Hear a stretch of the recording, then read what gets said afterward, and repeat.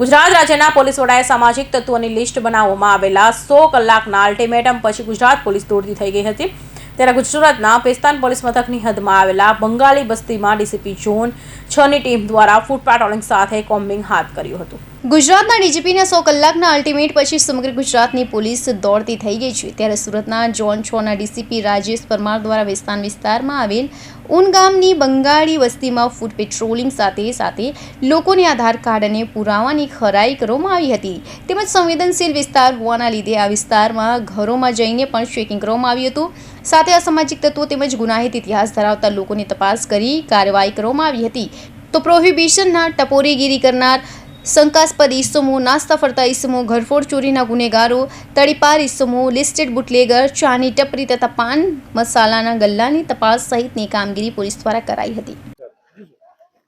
આજ રોજ સુરત શહેર પોલીસ કમિશનરની માર્ગદર્શન હેઠળ અમે ભેસ્તાન વિસ્તારની બંગાળી બસ્તીમાં કોમ્બિંગનું આયોજન કર્યું છે।